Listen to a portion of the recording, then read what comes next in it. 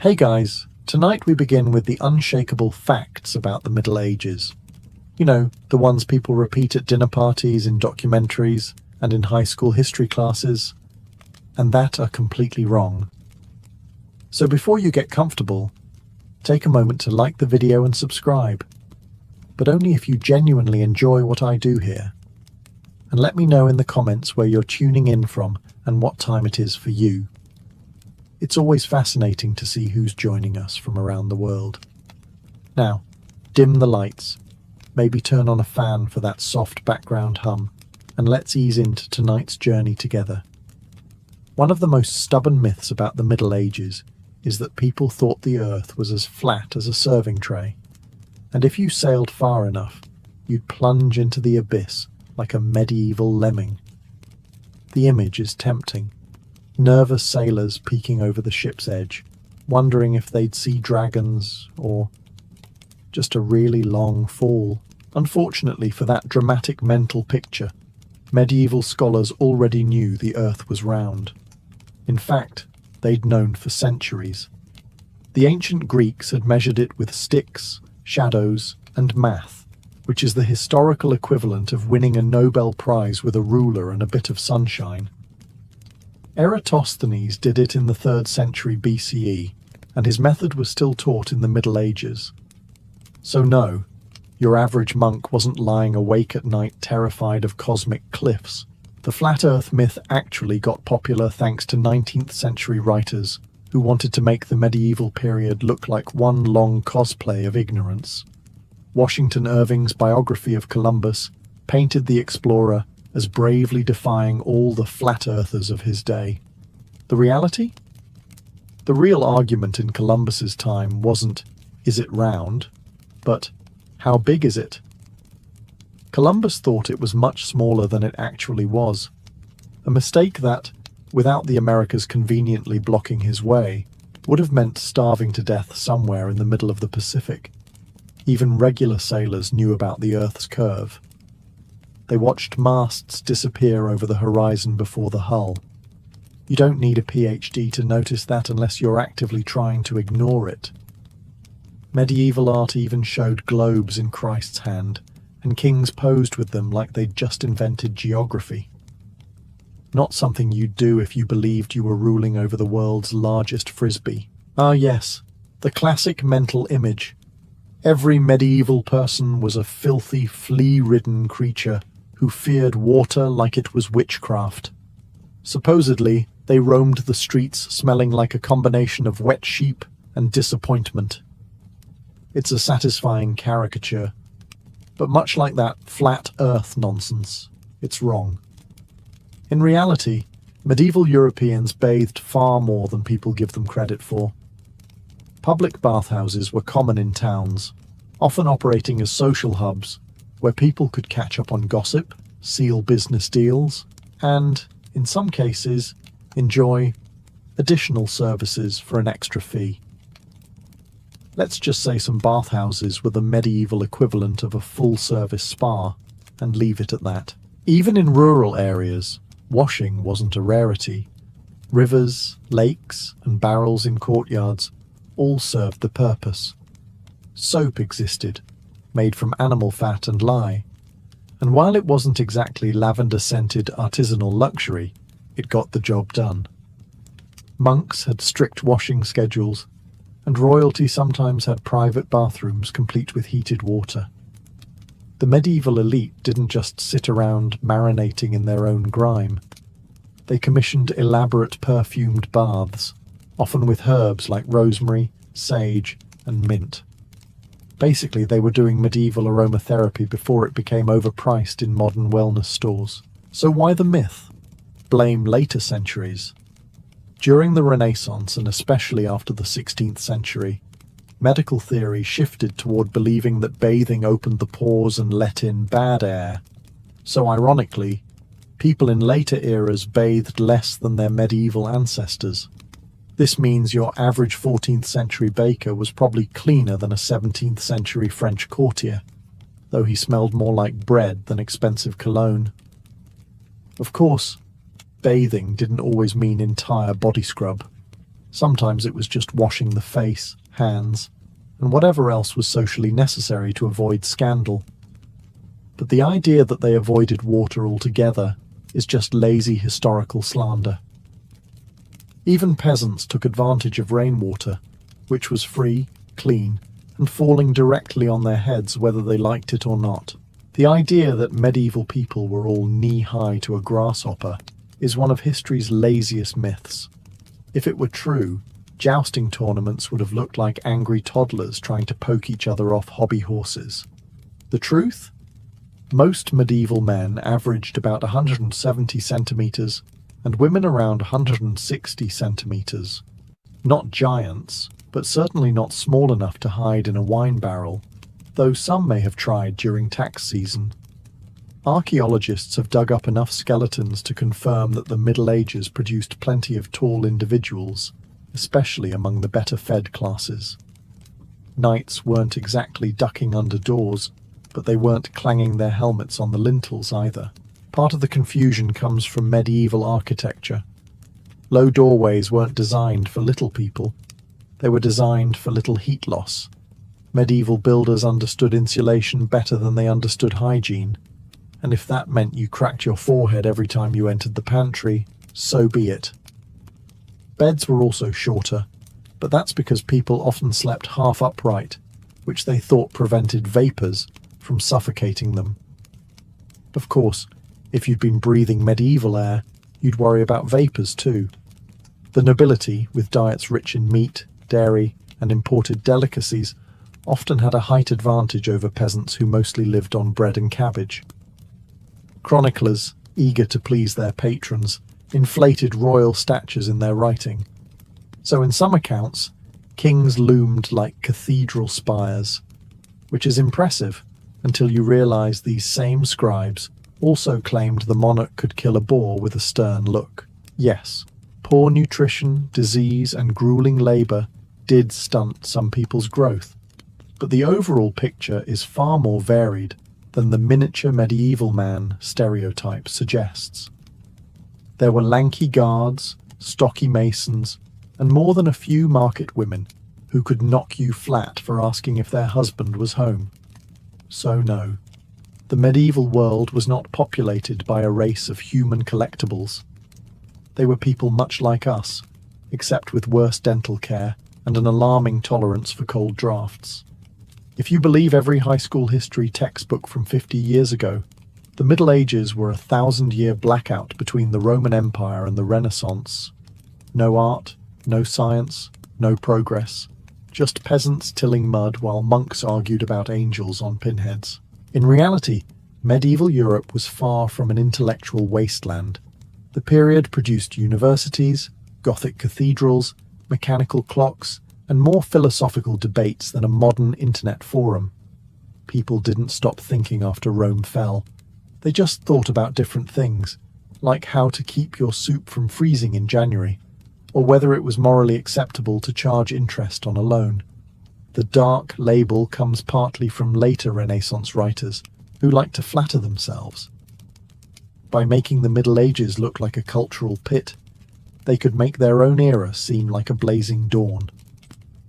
It's a marketing trick as old as time. To sell your product, trash the competition. Unfortunately, the smear campaign stuck. There's also the problem of lighting.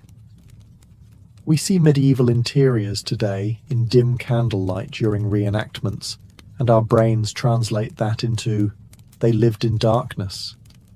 In truth, they had windows, oil lamps, and torches. But yes, it was still darker than your average LED-lit kitchen. And yet people somehow managed to read, write, and create manuscripts so intricate they could make your eyes ache.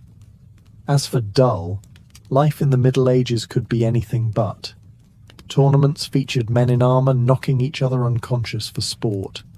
Travelling entertainers performed acrobatics, music, and comedy, some of which would get you banned from YouTube. Markets were noisy, chaotic affairs where you could buy a chicken, hire a scribe, and get your teeth pulled, all in the same street. Sure, There were long, uneventful winters where nothing happened except gossip and stew. But that's true of any era. The difference is, medieval people couldn't distract themselves with television. Instead, they invented elaborate games, told stories, and occasionally staged a festival so wild the church had to step in.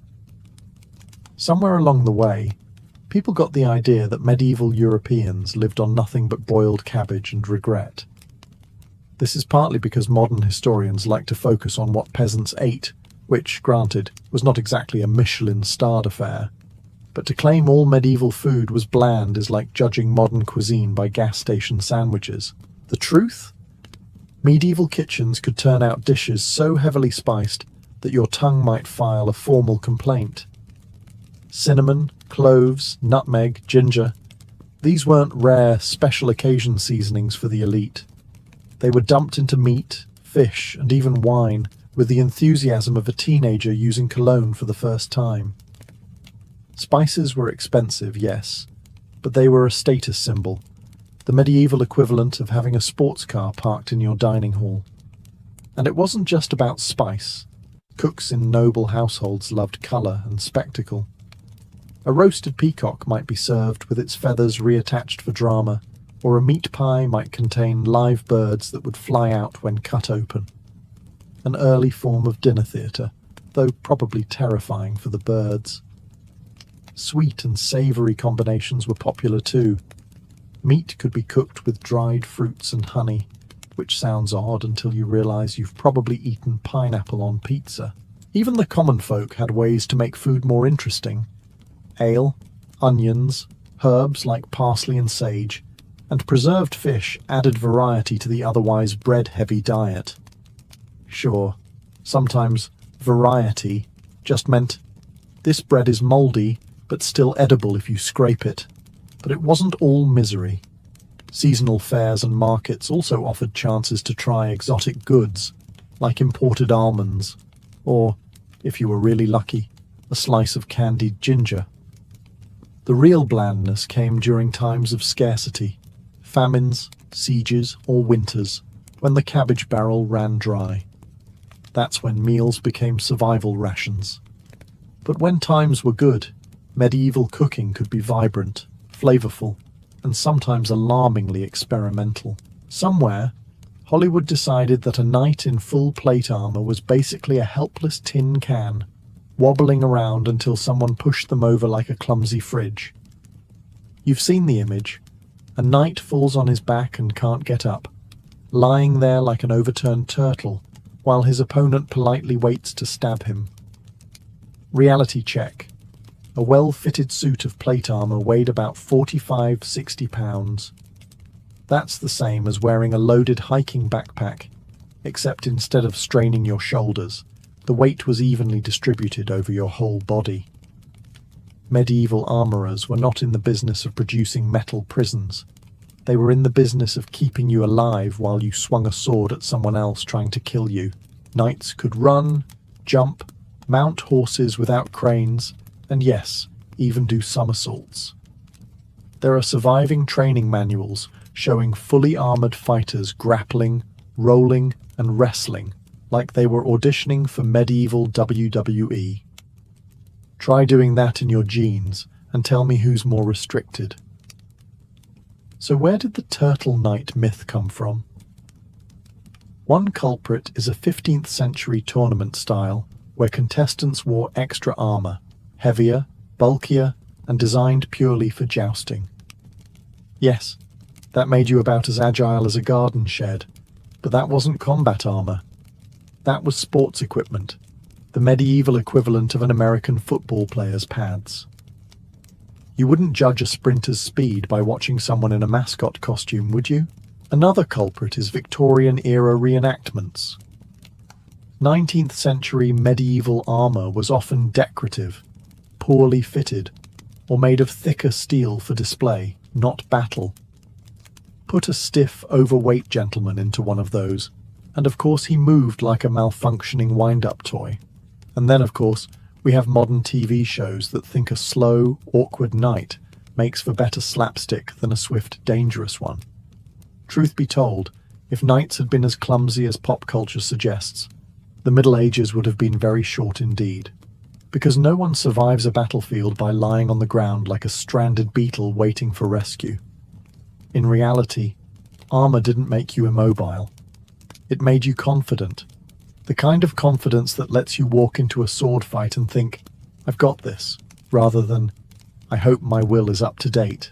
If you believe most movies, the medieval Catholic Church had a special committee whose only job was to burn books, glare at astronomers, and shout, "Heretic," at anyone with a magnifying glass. It's a great image. The grim monk smashing telescopes in slow motion while lightning flashes outside. Unfortunately, reality is less inquisition and more funding agency. Yes, there were cases where the church clashed with specific ideas. Galileo sends his regards. But the sweeping idea that the medieval church banned science is about as accurate as saying medieval peasants lived in mud huts all year round. Many of the very people doing science back then were clergy. Monks copied ancient Greek and Arabic manuscripts, ran observatories and experimented with medicine, in between brewing beer, which frankly was their most beloved experiment. Medieval universities, where a lot of the science happened, were largely church-founded and church-funded. These weren't weekend hobby clubs. They were structured institutions producing scholars who debated astronomy, mathematics, optics, and anatomy. The medieval Dark Ages narrative comes partly from Enlightenment writers who thought trashing the Middle Ages made their own era look smarter. Spoiler, smug marketing campaigns are not a modern invention. The church didn't hate science, it just preferred it to fit within certain philosophical and theological boundaries. If you wanted to claim the earth was round, no problem. Scholars had known that since antiquity. If you wanted to claim the Earth wasn't the center of the universe, well, now you were poking at cosmic hierarchy, and that could get awkward at dinner parties in Rome. It's also worth noting that much of Europe's scientific tradition survived precisely because church institutions preserved it. Without those dusty monks in cold scriptoria, half of Aristotle's works might have been lost to mice and mildew. And without the church's interest in calculating the date of Easter, medieval Europe might have lagged centuries behind in astronomy. You've probably heard it in some half-baked history meme. In the Middle Ages, life expectancy was 30. Cue the mental image of a medieval peasant celebrating his 29th birthday, like it's his retirement party. The reality, however, is a bit less tragic, and a lot less fun for the wow, they were so primitive crowd. That number, the infamous 30, is an average. And averages are tricky things. Averages take everyone into account, including babies. And here's the kicker. Medieval infant mortality rates were brutal. A lot of children didn't survive their first 5 years thanks to disease, famine, or simply being too curious around open wells. Those early deaths dragged the average way down.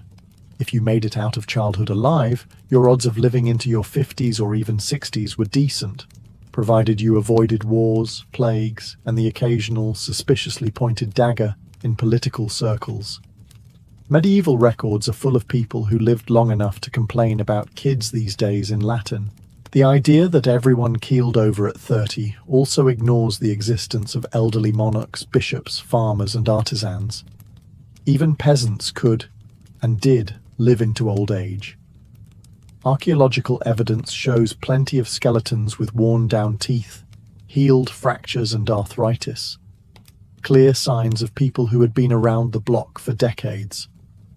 So why do we keep believing the "everyone died young" myth? Because it makes history sound more dramatic, and because saying the average was 30, but that's due to high child mortality, doesn't have the same punch at cocktail parties. Here's a modern analogy. If tomorrow every toddler tragically vanished, grim, I know, but stick with me, the average age of the population would skyrocket. Conversely, if a third of all babies died at birth, the average would plummet, even if the surviving adults were still out there gardening at 75. In short, medieval people weren't biological mayflies. They didn't hit 30 and instantly drop dead like an episode of Game of Thrones. Life was harder, medicine was worse, but if you made it through the deadly roulette wheel of childhood, you had a fair shot at becoming the village elder. If you believe the movies, every medieval village had a weekly witch-burning day, right after market and just before the pub opened. But despite the fiery reputation, medieval Europe was not actually lighting up the skies with constant witch pyres. In fact, most of the large-scale witch burnings happened after the Middle Ages, during the early modern period. So technically, if you time-travelled to the 1300s hoping for a front-row seat at a witch trial, you'd probably be bored or recruited to fix a broken wagon wheel. The medieval church itself was surprisingly skeptical about witchcraft in its earlier centuries. The official line in the 10th and 11th centuries was that most witches were just deluded people or victims of superstition. Some church manuals even stated outright that believing in witches' supernatural powers was itself heresy. A nice twist, where the witch hunters would be the ones in trouble. Of course, there were occasional prosecutions, but burning wasn't the go-to method. Hanging, exile, or good old-fashioned public shaming were more common punishments. Fire was expensive, and medieval towns weren't exactly eager to waste good timber on your neighbour who muttered over herbs.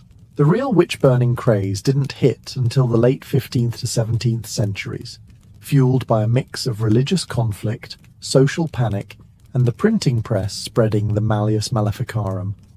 Basically a how-to guide for spotting witches, written by a man who was rejected by several women and apparently took it very personally. In the actual medieval period, accusations of magic were often more political or personal than supernatural. If your sheep went missing, you blamed the neighbour you didn't like. If the harvest failed, you accused the cranky old woman who didn't go to church. And if your husband was unfaithful, well, maybe that young, attractive widow down the lane was bewitching him. Convenient, isn't it? So, while witch burning has become shorthand for medieval brutality, it's a bit like blaming the 1990s for TikTok.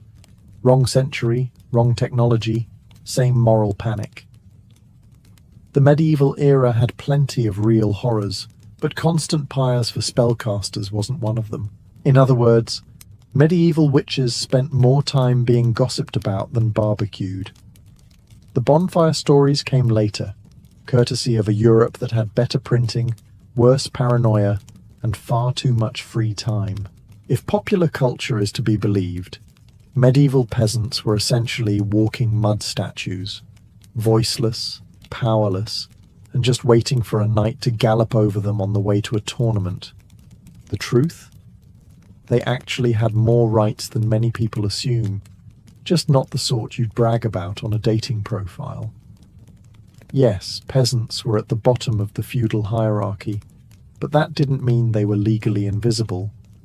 Many were bound to the land as serfs, but they still had recognized rights in manorial courts, which were like local legal clubs, minus the velvet ropes, and plus a lot more disputes over pigs.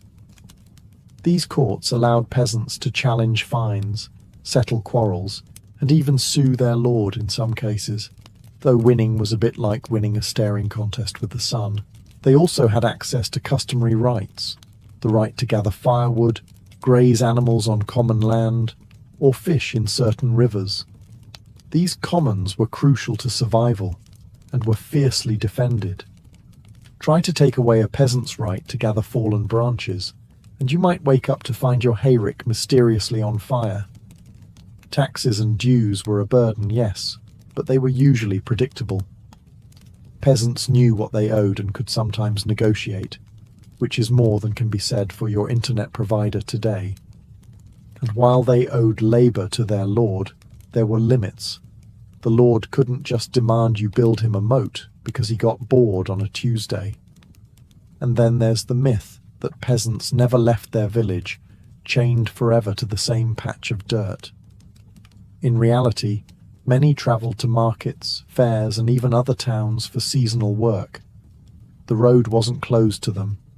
It just required time, permission, and the ability to ignore every roadside alehouse on the way. So no, medieval peasants weren't living in some legal void where the lord could do whatever he wanted without consequence. Their rights might look small to us, but in their world, they were worth defending, sometimes to the death, or at least until after the harvest. The no rights myth survives because it's simple and dramatic, but real medieval life was more nuanced.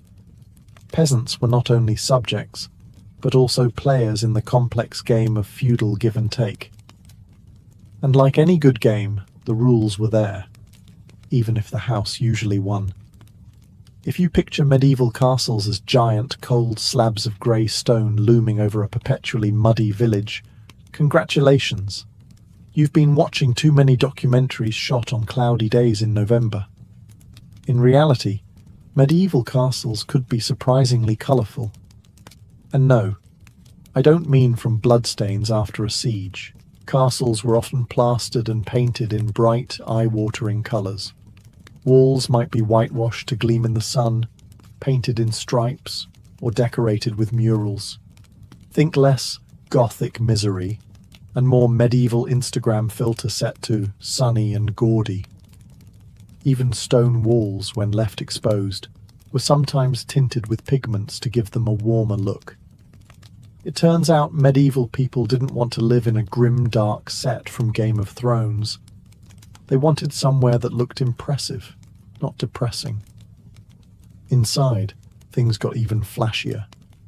Great halls were draped with colourful tapestries, not just for decoration, but also to keep out drafts, and to cover up whatever the masons had messed up.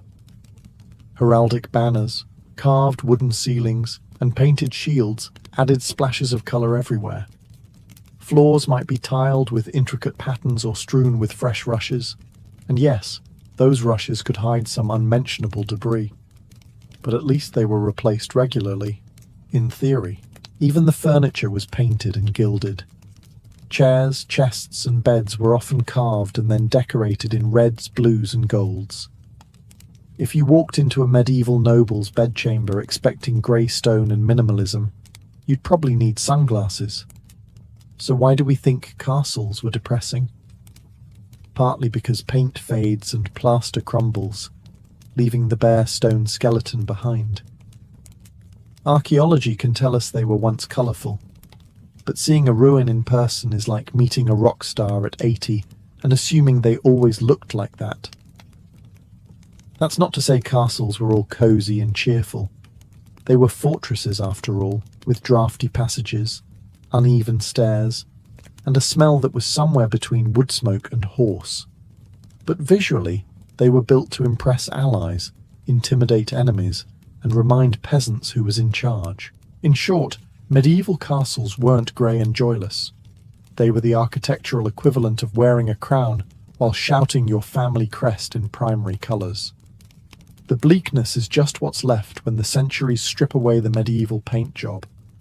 The Black Death was, without question, one of the deadliest pandemics in history.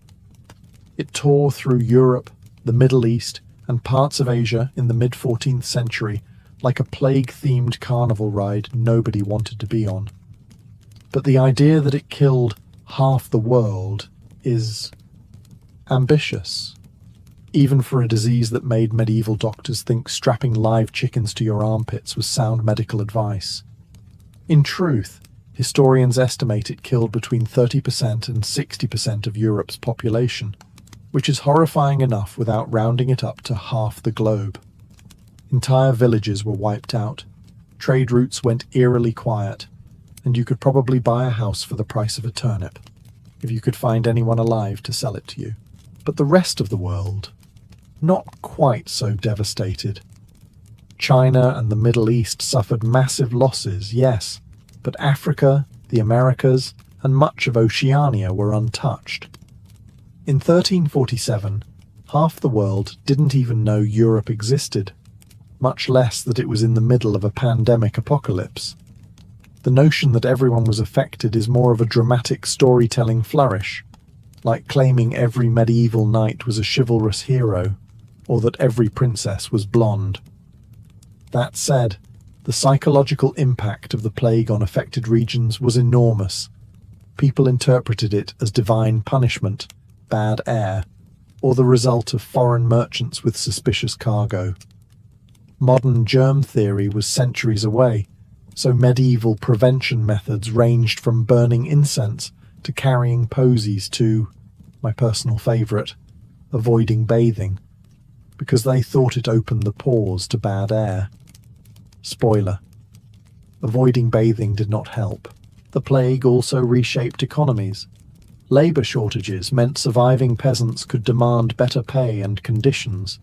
Some even left their manors to work elsewhere, legally or otherwise. This sudden shift in bargaining power was about as welcome to the nobility as a rat in their soup. If Hollywood has taught us anything, it's that in the Middle Ages, every legal dispute could be solved by two people whacking each other with swords until one of them was dead, preferably in the rain, with dramatic music. In reality, trial by combat was more like the flashy legal loophole you could technically invoke, but almost no one actually did. The idea was simple. If you were accused of a crime, you could prove your innocence by fighting your accuser. The thinking went that God would favour the righteous, which sounds noble until you remember that God's will often looked suspiciously like the better fighter won. And yes, this applied even in civil disputes. Imagine suing your neighbour over a stolen cow and ending up in a muddy field, trying not to get your helmet caved in. But trial by combat wasn't the medieval equivalent of Judge Judy. In most places it was rare, regulated, and often replaced by other methods like oaths, witness testimony, or, everyone's favourite, trial by ordeal, which involved things like holding red-hot irons or dunking people in rivers. Combat was expensive, dangerous, and socially awkward if your opponent happened to be your brother-in-law. When it was used, the rules could be bizarre. There were standardized weapons, designated arenas, and even time limits. And contrary to popular belief, it wasn't always to the death. Sometimes the fight ended when one party was too injured to continue, or just yielded because they realized God probably wasn't on their side after all. One of the most famous late examples was the 1386 duel between Jean de Carouge and Jacques Legris in France, immortalized in The Last Duel. It was a big deal precisely because it was so rare by that point. When such trials did happen, they drew huge crowds because, let's face it, medieval entertainment options were limited, and two angry nobles fighting for divine judgment was basically the Super Bowl. By the late Middle Ages, trial by combat had faded into legal obscurity, lingering only as an archaic curiosity.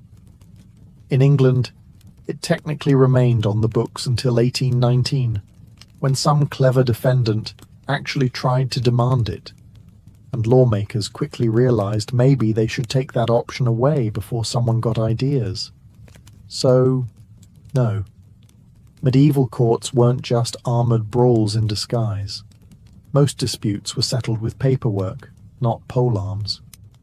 Which is probably just as well. Most lawyers can't swing a sword. If you believe the stereotype, medieval medicine was basically just apply leeches until patient stops complaining or stops breathing, whichever comes first. And yes, bloodletting with leeches was a thing. But it wasn't the only thing, and medieval healers didn't just sit around waiting for their next slimy prescription to wriggle into action. In reality, medicine in the Middle Ages was an eclectic mix of inherited classical knowledge, folk remedies, astrology, and the occasional deeply questionable experiment. Physicians, apothecaries, midwives, and barber surgeons all had their roles. The physicians wore long robes and tried to impress you with Latin phrases.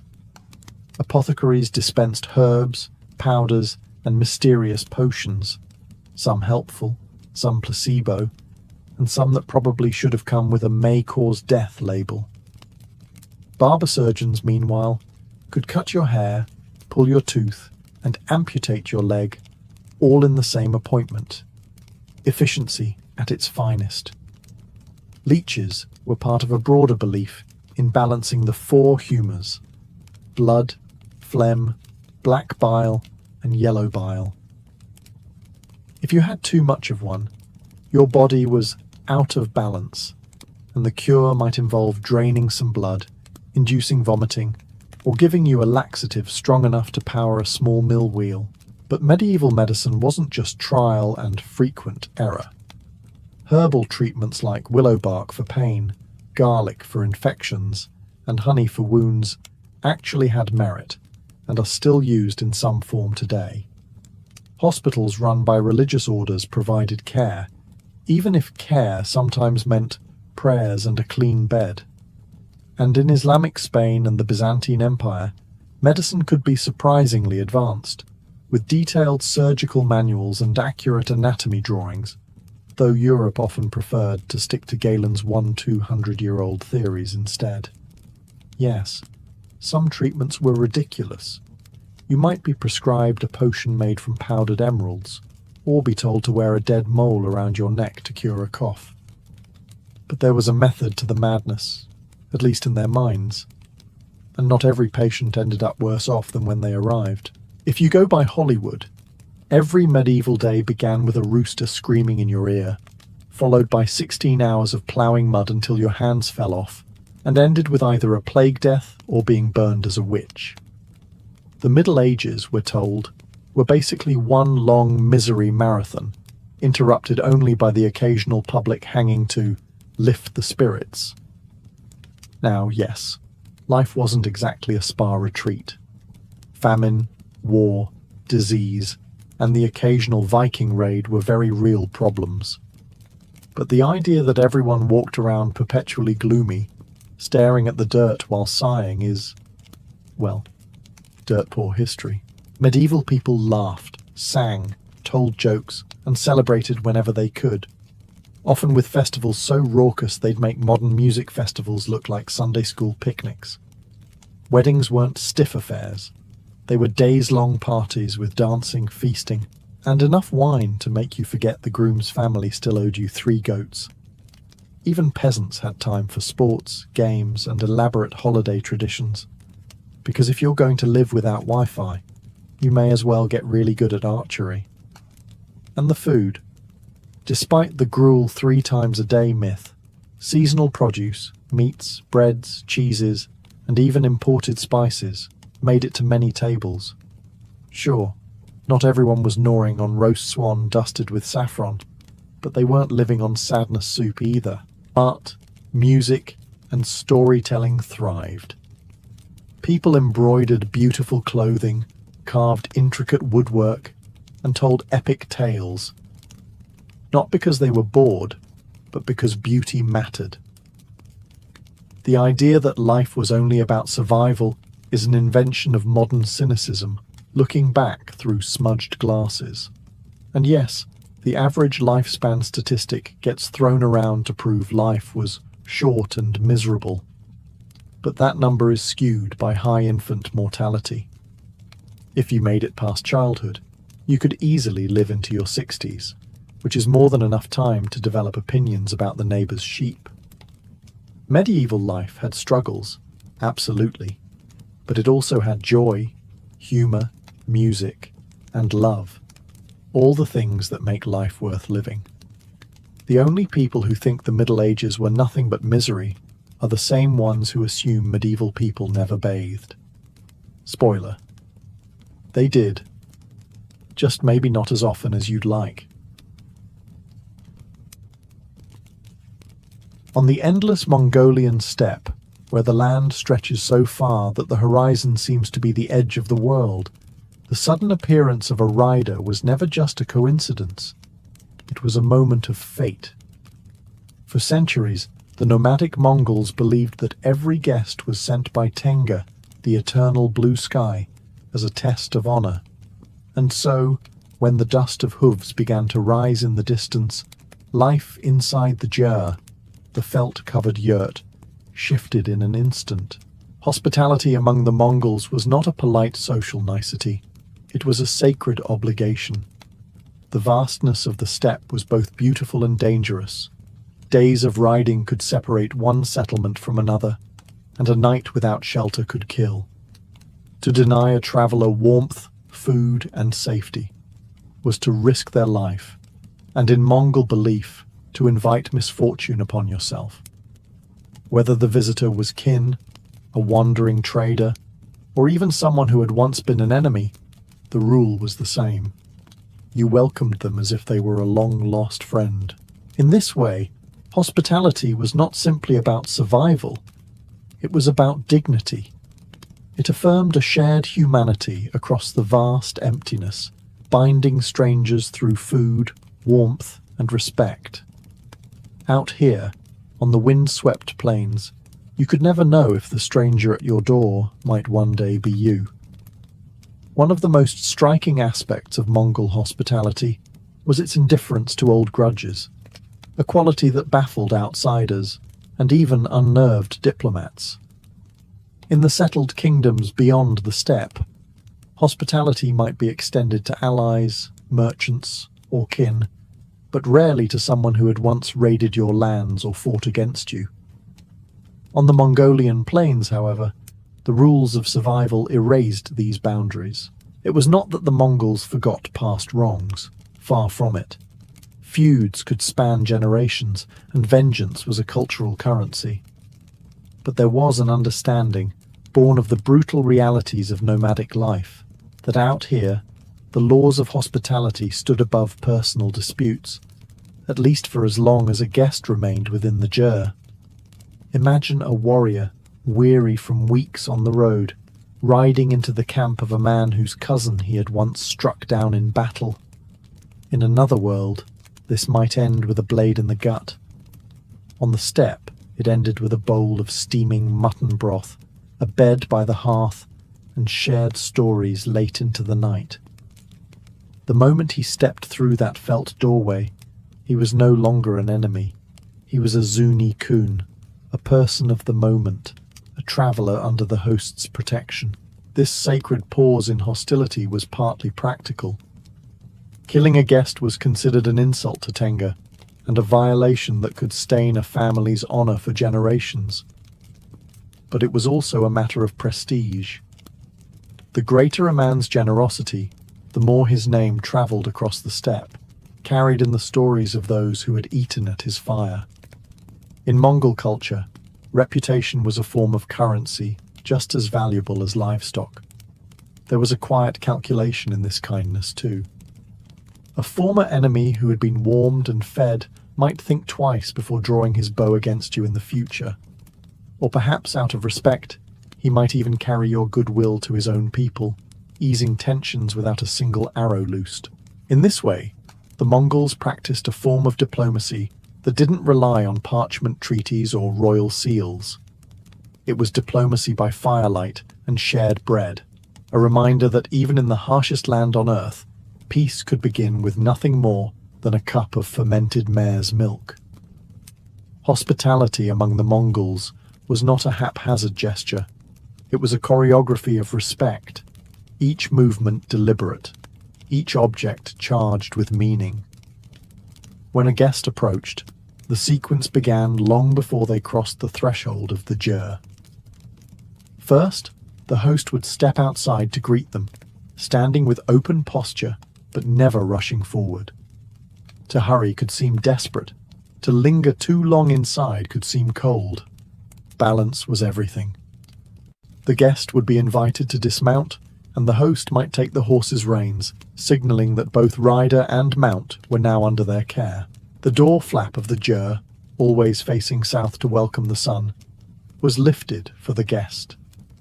Inside, the fire at the center burned steadily, its smoke rising through the tuno, the round smoke hole at the top. This fire was not just for warmth, it was the hearth spirit, a guardian of the household. Guests were expected to step carefully around it, never to step over it, for to do so was a deep insult. Seating arrangements carried their own silent language. The north side, directly opposite the door, was the place of honor reserved for the guest. Here they would sit on cushions or carpets, facing both the hearth and the entrance, a position of respect and security. Weapons, if carried, were either set aside or placed visibly to the side, a subtle assurance that no harm was intended. Then came the offering of airag, the fermented mare's milk, poured into a silver or wooden bowl. The guest accepted it with both hands, a gesture showing they came with no hidden blade. To refuse the drink was unthinkable. It was to reject not just the liquid, but the bond it symbolized. Alongside it came bread, curds, or meat, depending on the host's wealth and the season. Conversation began slowly, often with blessings and remarks about the weather, safe topics to ease into deeper matters. This ritual wasn't just politeness. It was a way to affirm trust in a land where trust meant survival. Every gesture, from how the bowl was held to where the guest sat, reinforced the idea that for this moment, beneath this roof, they belonged. For the Mongols, these steps weren't formalities. They were a living thread to their ancestors, binding the present to centuries of tradition. On the Mongolian steppe, food was never just nourishment. It was an unspoken contract. To share a meal was to share trust, and once you had eaten at another's fire, there existed an invisible thread between you that was not easily cut. This was especially true when the offering was airag, the fermented mare's milk that stood at the center of nomadic hospitality. Airag was more than a drink. Its creation was a labor that reflected the rhythm of the steppe. Mares were milked several times a day. The milk poured into a leather bag hung by the jeer's entrance, where it would be stirred and churned each time someone passed. This constant motion transformed it into a lightly alcoholic, tangy brew, both refreshing and symbolic. To accept it was to accept the protection of the household. To drain the bowl was to seal that acceptance. Alongside the airag came the solid companions of the nomadic table. Bortsog, small fried bread pieces, offered a crisp sweetness that contrasted with the drink's sour tang. Arul, dried curds hardened by sun and wind, were a test of the teeth and a reminder of the steppe's unforgiving nature. Food designed to last through long journeys. If the family had slaughtered an animal recently, the guest might be served hot mutton soup, rich with fat, accompanied by thick noodles or dumplings known as booze. The order in which these foods were offered carried meaning. Airag almost always came first. It was the initial handshake between host and guest. Bread or curds followed to steady the stomach. Meat was the ultimate sign of honor, for livestock were wealth, and to serve fresh meat meant the host had parted with something valuable for your sake. Eating together was not a rushed affair. The guest was encouraged to take seconds, thirds if they could, for a full belly was proof of a host's generosity. In turn, the guest might leave behind small gifts, a handful of tea bricks, a pouch of tobacco, or simply the promise of returned kindness on another day. In this exchange, food and drink became something more than sustenance. They were a treaty written in flavor, understood across languages and borders. On the vast steppe, where ink and parchment were rare, such treaties were far more enduring. The Mongol steppe was never an isolated realm. It was a crossroads. Merchants from the Silk Road, Persian envoys, Chinese scholars, and even bewildered European travelers all found themselves at the flap of a Mongol jeer, blinking into the warm glow of the hearth after days or weeks in the merciless wind. And regardless of origin, creed, or appearance, they were welcomed according to the same sacred code that bound every nomadic household. For outsiders, this welcome could feel almost unreal. Imagine a Venetian merchant, used to the cautious suspicion of Mediterranean ports, suddenly being ushered into a felt-covered home in the middle of nowhere.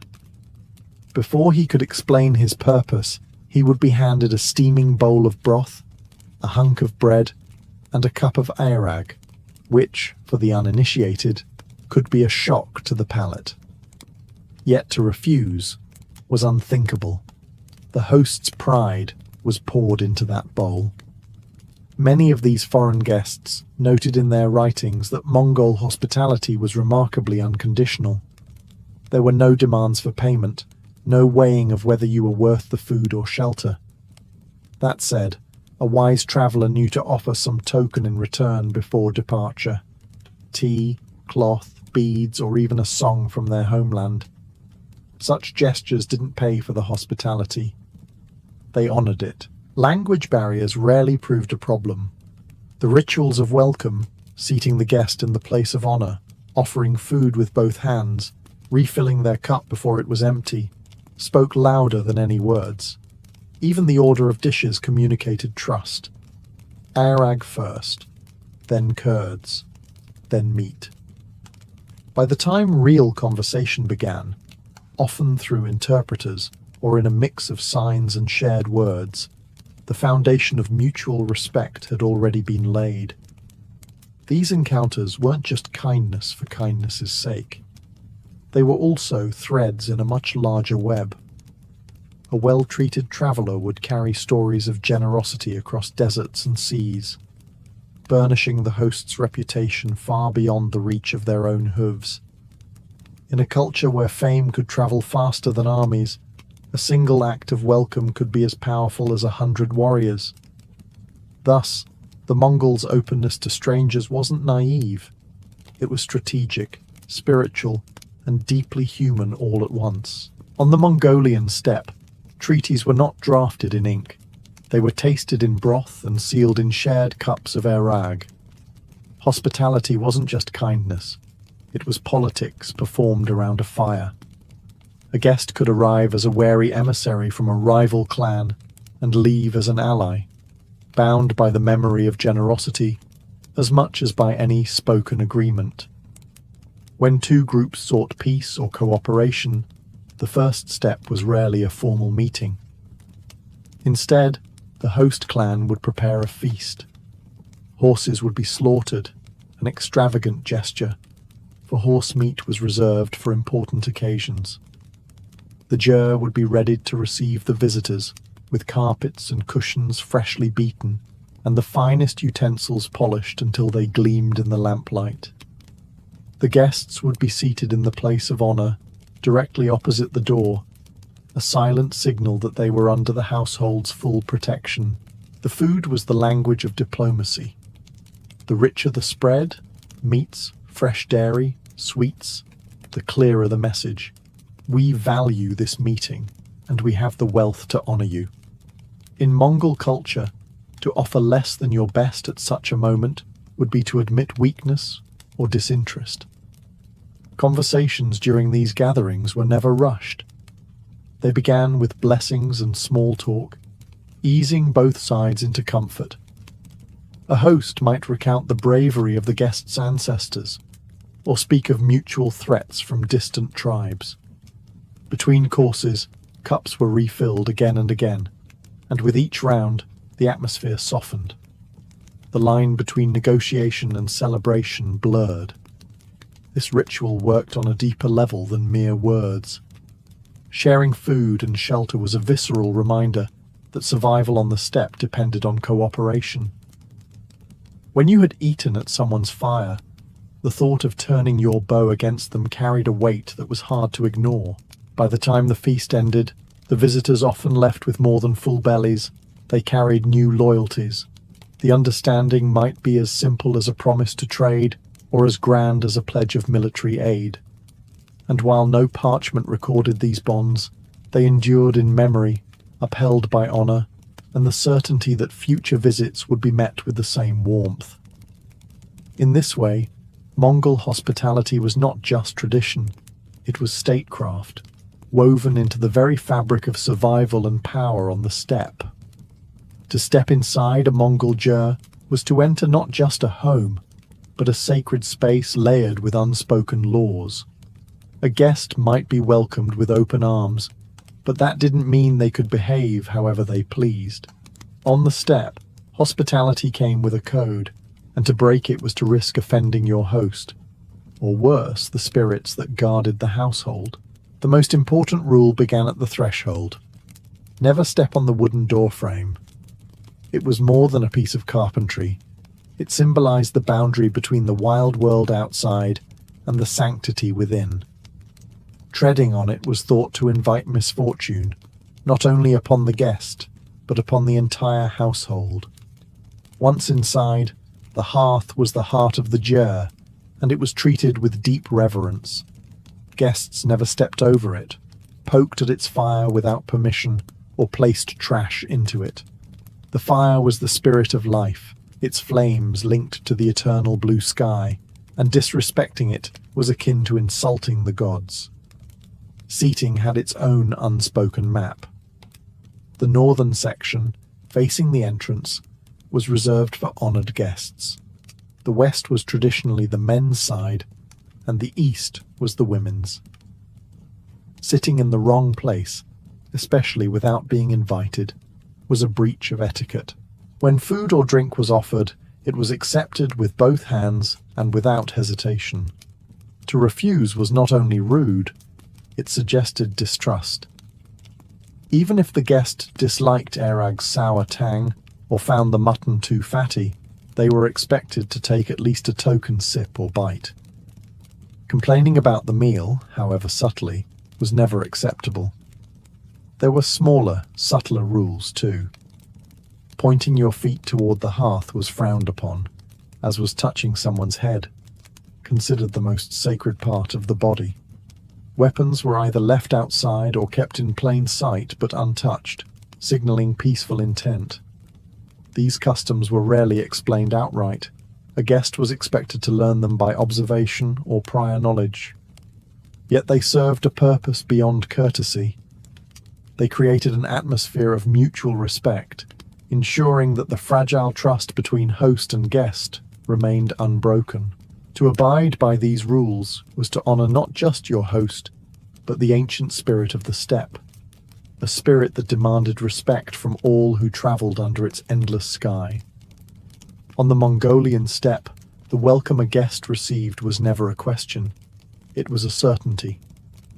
But what was offered and how it was presented shifted with the turning of the seasons. The vast grasslands lived by a rhythm older than memory, and hospitality moved in step with that cycle. In the warmth of summer, life on the steppe was at its most abundant.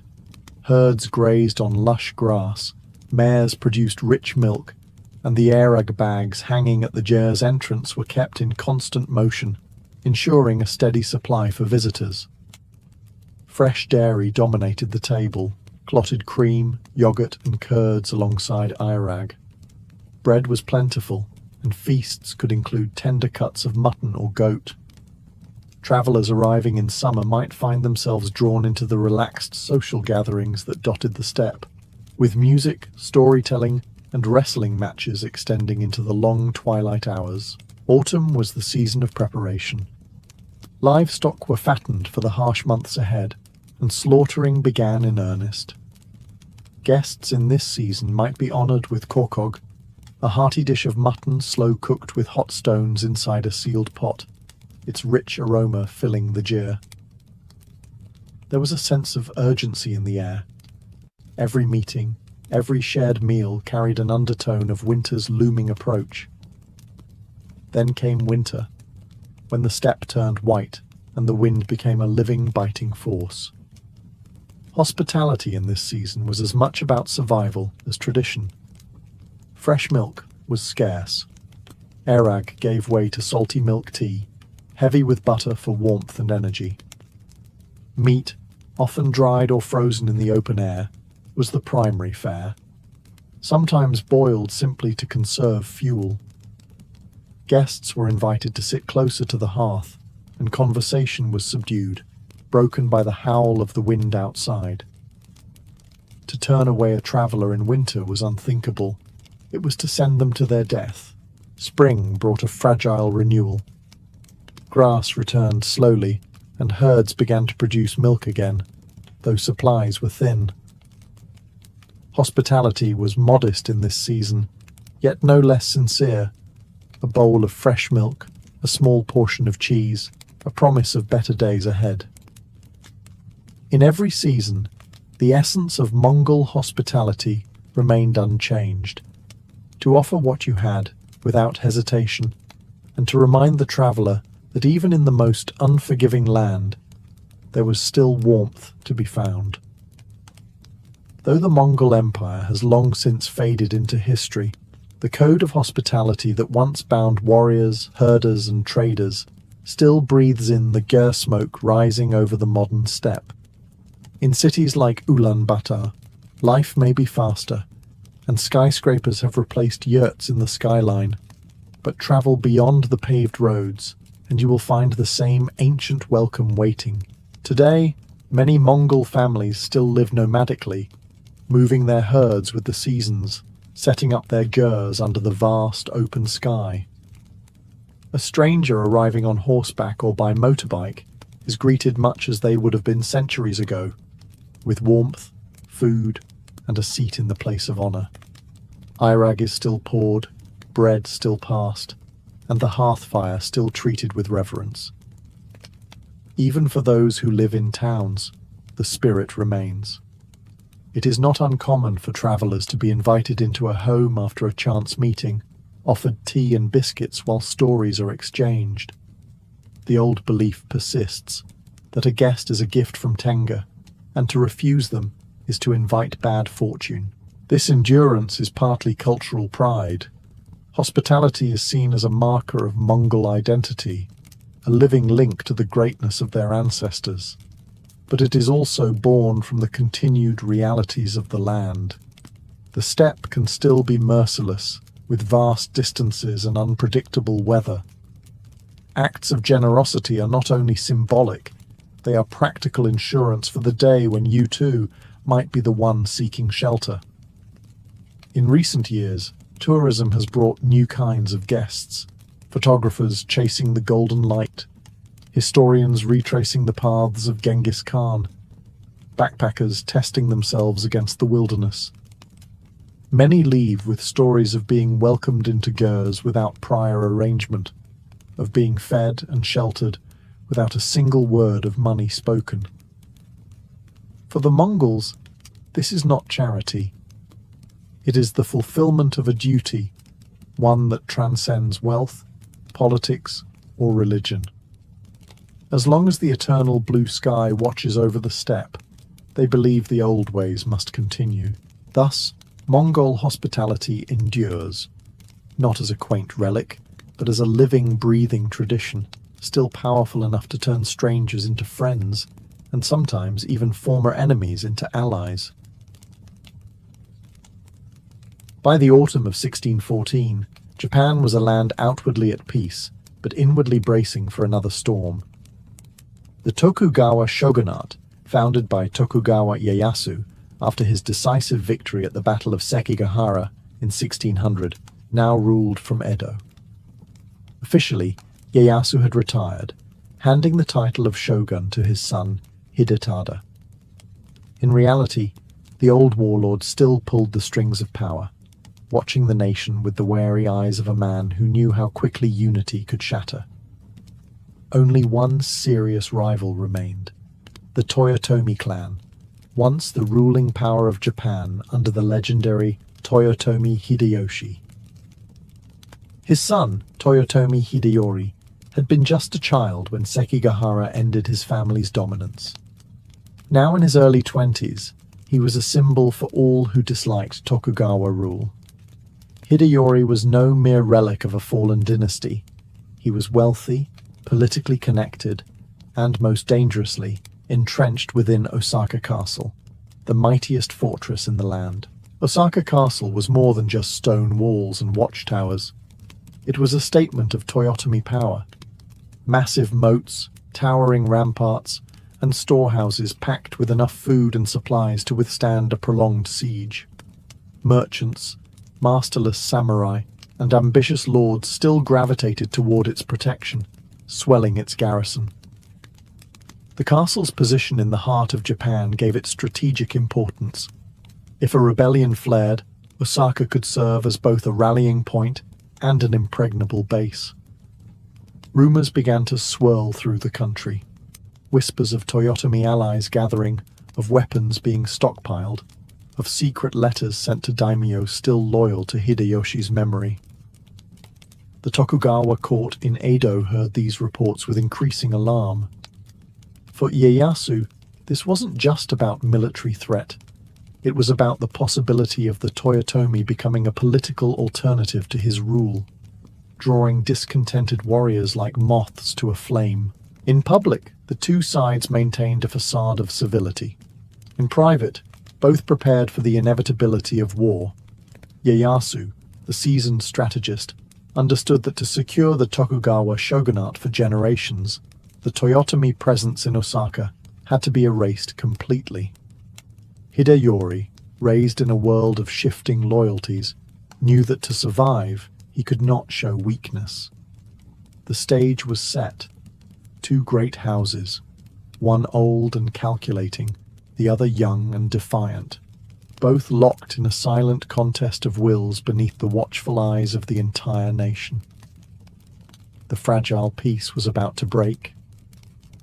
The road to the siege did not begin with a sudden clash of swords, but with deliberate moves in a political game that Tokugawa Ieyasu played better than anyone alive. He knew that open aggression without cause could turn neutral daimyo against him. Instead, he needed a justification, something that would make war seem not just inevitable, but righteous. The spark came in the form of a temple bell. In 1614, the Toyotomi funded the recasting of a great bell for the Hokoji Temple in Kyoto. Upon its completion, an inscription was engraved with a Buddhist prayer for peace, ending with the phrase, Kokka Anko, may the nation be at peace. A harmless blessing to most eyes, but to Ieyasu, or rather to those reading the message on his behalf, the specific arrangement of characters could be interpreted as a curse against the Tokugawa clan. The character for peace sat in a way that seemed to separate Ieyasu from long life, and the shogunate pounced on this as evidence of Toyotomi insolence. It was a flimsy pretext, but in the charged political climate, it was enough. Ieyasu's envoys accused Hideyori of plotting rebellion. Letters were dispatched across Japan, warning daimyo that the Toyotomi were preparing for war and must be dealt with before they could destabilize the realm. Many lords, eager to prove loyalty or simply avoid suspicion, began supplying troops and provisions to the Tokugawa cause. For Hideyori, the accusation was both insulting and dangerous. Advisors urged him to make peace, perhaps by sending hostages or dismantling parts of Osaka Castle's fortifications. Yet there was a defiant current in the Toyotomi camp. Many believed that yielding now would only hasten their end. Samurai, loyal to his father's memory, flooded into Osaka, some of them ronin who had nothing left to lose. The castle's garrison swelled to perhaps 100,000 fighters, a force impressive in size, but varied in discipline and loyalty. The stage was now set not for diplomacy, but for confrontation. By autumn, the Tokugawa army, massive, disciplined, and well-equipped, was on the move toward Osaka. The political bell had tolled, and now the drums of war began to beat. By late November 1614, the Tokugawa army was on the march. It was a force that dwarfed any Japan had seen since Sekigahara. Estimates ranged from 150,000 to over 200,000 troops, drawn from nearly every domain loyal to the shogunate. Commanded by Tokugawa Ieyasu himself, alongside his son Shogun Hidetada, it moved with the precision of a nation mobilized for final victory. Osaka Castle, however, was not an easy target. Hideyori's defenders numbered perhaps 90,000 to 100,000, an army swollen by waves of masterless ronin. These men, though not bound to any daimyo, brought with them experience from past wars and a willingness to fight with reckless courage. Under the leadership of generals such as Goto Matabe, Kimura Shigenari, and Sanada Yukimura, the legendary tactician from the Sanada clan, the Toyotomi forces prepared to make Osaka an unbreakable bastion. The castle's fortifications were formidable: triple moats, towering stone walls, and massive gates designed to funnel attackers into deadly kill zones. Supply stores brimmed with rice, dried fish, and other essentials, enough to endure a prolonged siege. The defenders were confident that winter's harsh cold would favor them. The Tokugawa army, encamped in the open fields and hastily built forts, would have to endure the freezing winds off Osaka Bay. Ieyasu's strategy was methodical. Rather than launch a reckless frontal assault, he ordered the construction of siege lines encircling the castle. Earthworks, watchtowers, and artillery emplacements began to rise. Cannons, many acquired through Portuguese trade, were positioned to pound the walls. The goal was to choke Osaka into submission, cutting off reinforcements and wearing down morale before the final blow. Inside the castle, Hideyori worked to maintain unity among his diverse allies. The presence of Sanada Yukimura was especially significant. He began constructing a series of outworks known as the Sanada Maru, a defensive barbican on the southwestern side that would soon become the focal point of some of the fiercest fighting in the entire campaign. By December, the siege was fully underway. The moats froze at night, the air rang with the crack of musket fire, and the ground trembled under the impact of cannon shot. Winter had come to Osaka, and with it, the first test of whether the Toyotomi could withstand the might of the Tokugawa. If Osaka Castle was the heart of the Toyotomi defense, then the Sanada Maru was its sharpened spear point. Built by Sanada Yukimura on the southwestern approach to the castle, this fortification was no mere outwork. It was a killing ground designed to bleed the Tokugawa army before they could even touch the main walls. The Sanada Maru's design was cunning. Surrounded by its own moat and connected to the main castle only by a narrow passage, it allowed defenders to concentrate fire on any attacker who dared to approach. High earthen ramparts bristled with matchlock gunners, while concealed firing positions allowed arrows and bullets to rain down from unexpected angles. The Tokugawa, eager to test the defenses, launched a series of assaults in early December. Their numbers were overwhelming, but Yukimura's men, many wearing the red armor that became their grim signature, stood firm. Waves of attackers found themselves mired in mud or scrambling up steep embankments under a storm of shot. Arquebuses cracked in disciplined volleys, cutting down samurai mid-charge. When the enemy drew too close, the defenders counterattacked with spears and swords, pushing them back into the killing zones. Adding to the defenders' advantage were the cannons mounted within the Sanada Maru. Supplied by Hideyori's stockpiles, these guns pounded the Tokugawa siege works, tearing gaps in their lines and scattering troops. The psychological effect was just as potent as the physical damage. Tokugawa soldiers began to dread any order to advance on the redoubt. One assault ended in disaster when the attackers, attempting to storm the walls, were met by a sudden countercharge led by Yukimura himself. His presence on the field, rallying his men with a calm yet unyielding demeanor, became legendary. Tokugawa forces were thrown back, leaving the ground littered with dead and wounded. For Ieyasu, the Sanada Maru was a thorn that refused to be pulled. Weeks of siege had failed to crack it, and each failure emboldened the defenders inside Osaka Castle. Even the bitter cold seemed to favor Yukimura's men, who knew every inch of their fortification and could rotate shifts to keep fresh fighters on the walls. By mid-December, it was clear to the Tokugawa commanders the Sanada Maru could not be taken by direct assault. If Osaka Castle was to fall, it would not be through Yukimura's gate.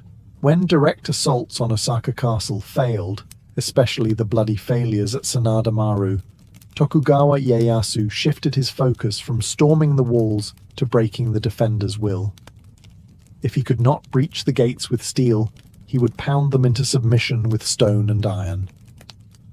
By mid-December 1614, the Tokugawa siege lines bristled with artillery. These were no ordinary Japanese cannon. Many had been purchased from Portuguese traders or adapted from European designs. Heavy culverins and smaller swivel guns were dragged into position on raised earthworks, aimed not only at the outer defences, but at the castle's interior. The objective was clear: to turn Osaka into a place where even survival felt like defeat. Day and night the bombardment began. The roar of cannon fire rolled across the winter air, each shot followed by the splintering crash of wood, the crumble of stone, and sometimes the terrible screams of those caught in the blast. Buildings inside the castle compound, storehouses, barracks, even residences, were smashed apart. Fires broke out, sending plumes of black smoke into the icy sky. But Ieyasu's strategy went beyond physical destruction. The constant noise, the sleepless nights, and the growing sense of helplessness were meant to erode morale. The defenders, though safe behind thick walls and moats, could never relax. Every hour brought the possibility of another deadly strike. Adding to the psychological pressure were rumors spread by Tokugawa agents. Messages were smuggled in or shouted from beyond the moat, promising mercy to those who abandoned Hideyori and swore loyalty to the shogunate. Some defenders dismissed them with contempt. Others, especially the less loyal Ronin, began to wonder if the fight was worth dying for. Inside Osaka, Hideyori and his commanders tried to counter this assault on the spirit. Public ceremonies were held to honor fallen warriors. Food was distributed generously to keep up morale. Sanada Yukimura continued to lead inspections of the walls, a visible reminder that leadership was still strong. Still, the weight of the siege could be felt. The people of Osaka Castle were enduring not just a military campaign, but a slow, grinding war on their senses. Ieyasu knew that in siege warfare, victory often went to the side that could endure the misery longest, and he was betting on the Tokugawa. By late December 1614, weeks of bombardment had taken their toll. Osaka Castle still stood, its main walls and moats had held, but the damage to its outer defences and the constant psychological strain were undeniable. Tokugawa Ieyasu, ever the strategist, recognized that continuing the siege through the worst of winter risked exhausting his own forces and draining his coffers. Instead, he sought to end the campaign on terms that weakened the Toyotomi without the bloodshed of a final assault.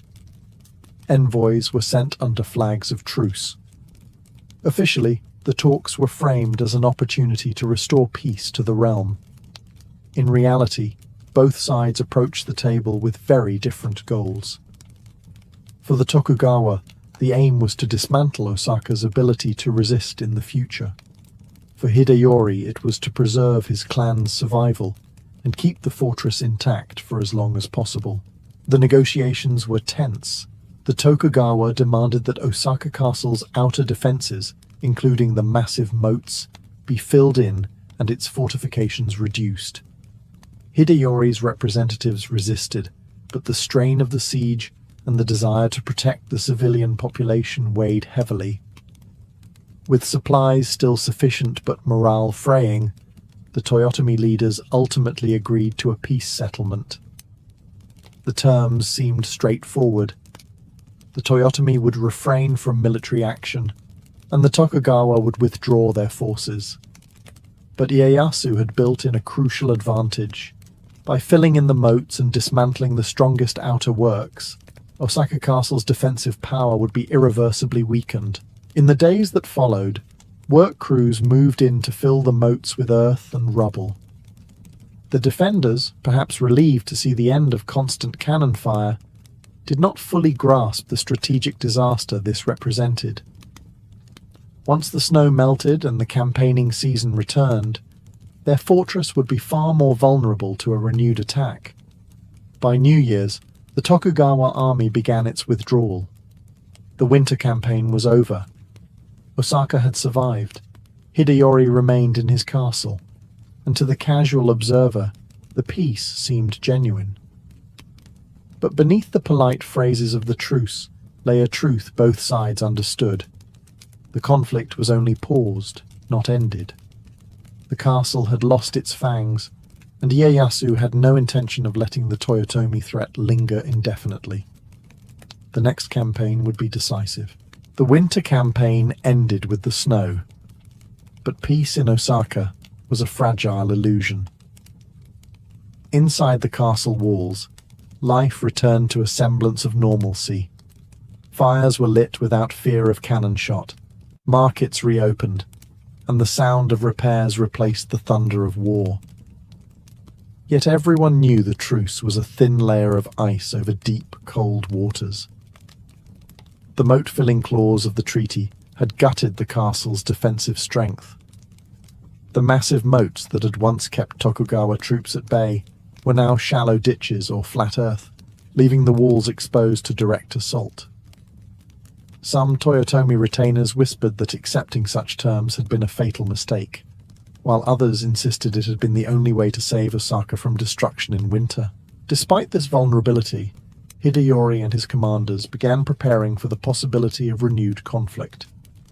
Weapons were repaired and restocked, and skilled ronin were again recruited from across Japan.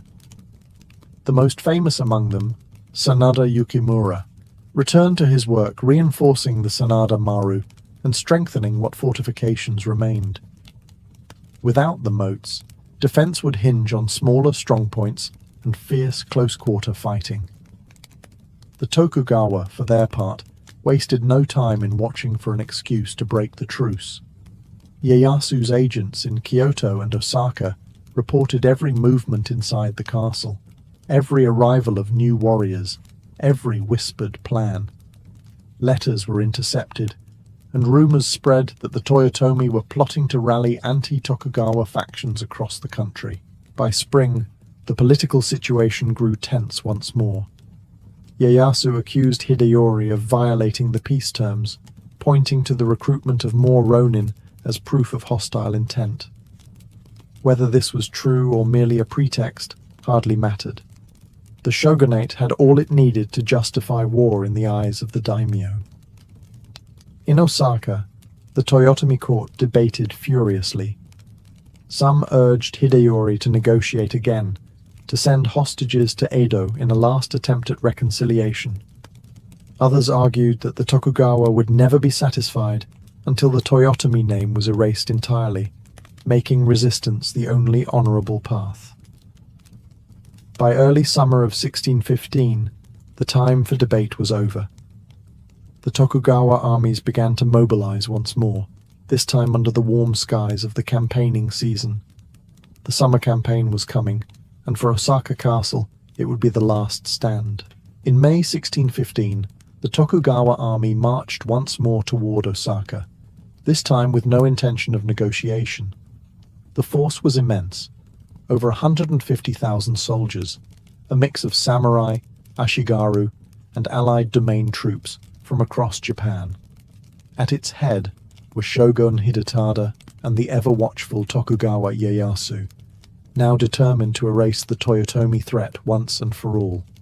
The Toyotomi, though outnumbered, had not been idle. Hideyori had gathered roughly 55,000 defenders, many of them veteran ronin hardened by years of wandering after Sekigahara.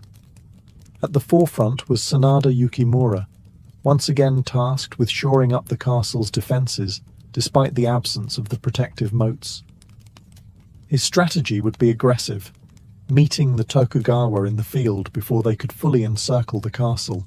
The first major clash came at Domyoji, where Toyotomi forces under Goto Matabe attempted to halt the Tokugawa advance. Matabe's troops fought fiercely, but a combination of poor coordination and overwhelming enemy numbers forced them into retreat. Matabe himself was killed in the chaos, a devastating loss for Toyotomi morale. Meanwhile, at Yao and Wakai, other Toyotomi detachments tried to check the Tokugawa flanks. Sanada Yukimura led one such force in a series of daring counterattacks, using his deep knowledge of the terrain to harass and delay the enemy. His red-armored troops struck like lightning, inflicting heavy casualties before withdrawing to avoid being surrounded. Despite these spirited defenses, the weight of Tokugawa manpower began to tell. The loss of the moats meant that the enemy could push siege lines dangerously close to Osaka Castle itself. Cannon fire once again shook the walls, and Tokugawa sappers worked to undermine the gates. By mid-June, the Tokugawa had tightened their grip. Skirmishes erupted almost daily, with the defenders launching sorties to burn siege works and disrupt supply lines. But each sortie cost men the Toyotomi could not replace. Inside the castle, the atmosphere was tense, but resolute. There was no expectation of mercy should they fall. The summer campaign had opened with blood and fire, and the noose was drawing tighter around Osaka. The stage was set for the decisive battle that would determine not only the fate of the Toyotomi, but the future of Japan itself. By late June 1615, the siege had reached its climax. The Tokugawa army had pushed their lines almost to the castle's walls, their artillery pounding day and night. Fires broke out across the outer compounds, and every hour brought the defenders fewer places to retreat. Sanada Yukimura, the unshakable heart of the Toyotomi resistance, knew the end was near, but he refused to surrender without one last stand. The decisive clash came at the Battle of Tennoji, fought just outside Osaka's southern gate. Yukimura led a desperate counterattack, rallying his red-armored troops into a furious charge that momentarily broke the Tokugawa lines. It was a brilliant, almost suicidal maneuver, and for a brief moment it seemed the Toyotomi might turn the tide. But the enemy's superior numbers closed in from all sides, and Yukimura was mortally wounded in the chaos. His last reported words, encouraging his men to fight on, echoed through the ranks even as his banner fell. With their greatest commander gone, Toyotomi forces collapsed under relentless pressure. The Tokugawa surged forward, breaching the weakened gates and flooding into the castle grounds. Fighting raged through courtyards and corridors, steel flashing in the smoke-filled air. Civilians and warriors alike scrambled for safety, though for many there was none to be found. In the main keep, Toyotomi Hideyori and his mother, Yodogimi, chose not to fall into enemy hands. As flames consumed the surrounding buildings, they committed seppuku, ending their lives in the warrior tradition. The keep itself was set ablaze, its great timbers cracking and collapsing as the sky over Osaka turned black with smoke. By evening, the siege was over. The Tokugawa had won a total ruthless victory. The Toyotomi clan was erased from political power, and Osaka Castle lay in ruins. The city, once a vibrant center of trade and culture, was left scarred and silent. For Tokugawa Ieyasu, this was the final act in the unification of Japan. With his rivals destroyed, his family's control over the country would last for more than 2 centuries. But the price was steep. The Siege of Osaka had claimed tens of thousands of lives and left behind a legacy of both awe and tragedy, remembered as the last great battle of Japan's age of the samurai.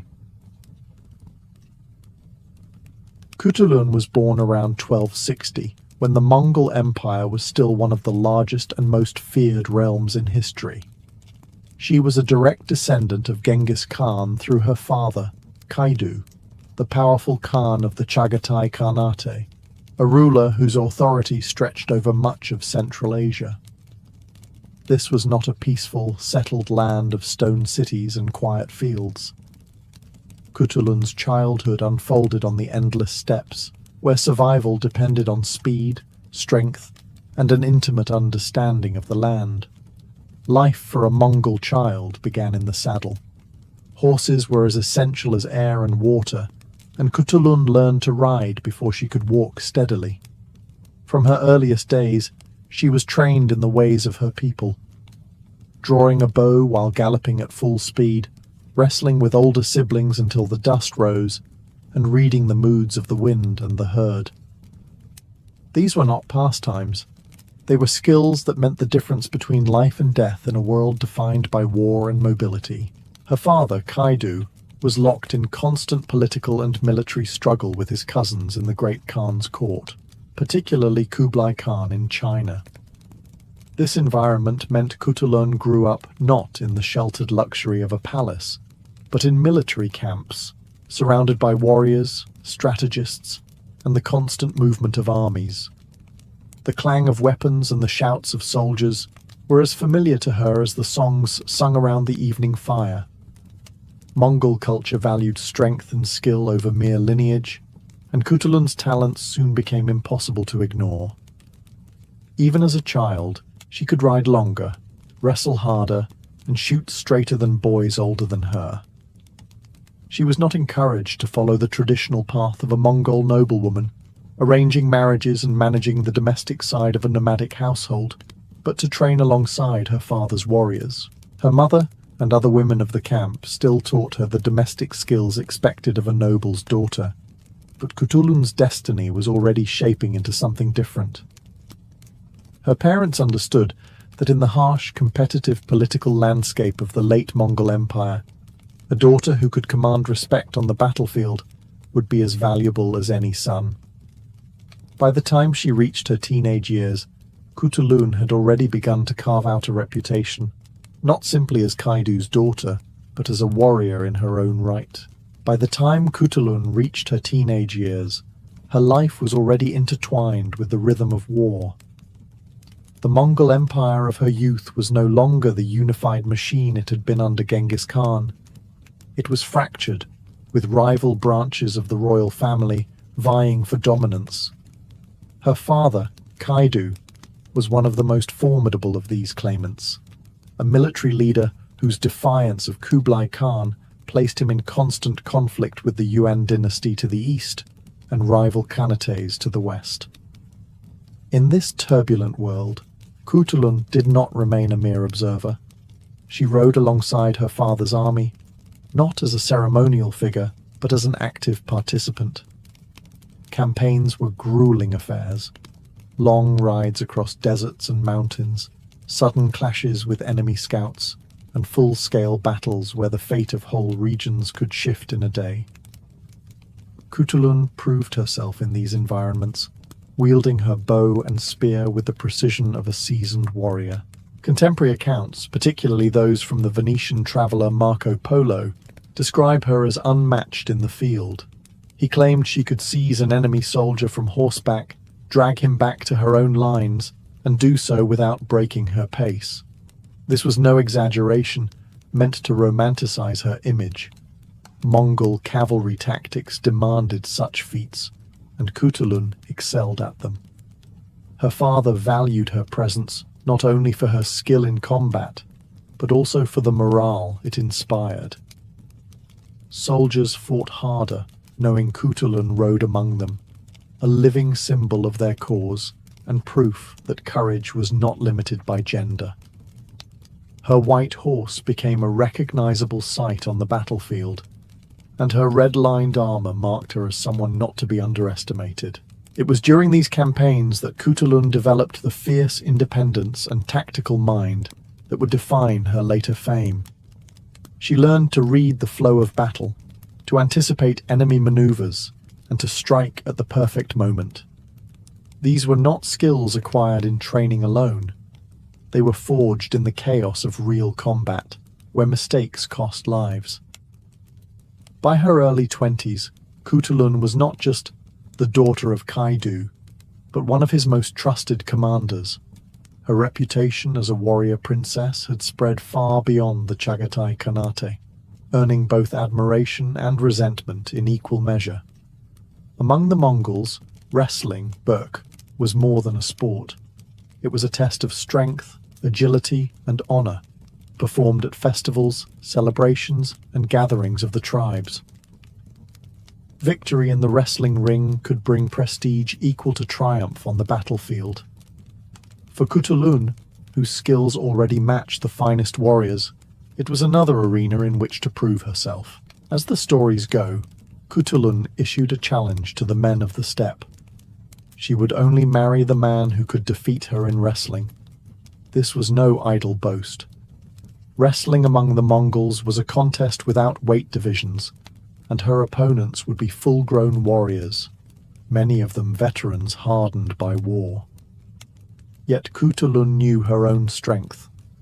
Years of training in horseback riding, archery, and the brutal physicality of steppe life had given her a body and reflexes built for this exact kind of contest.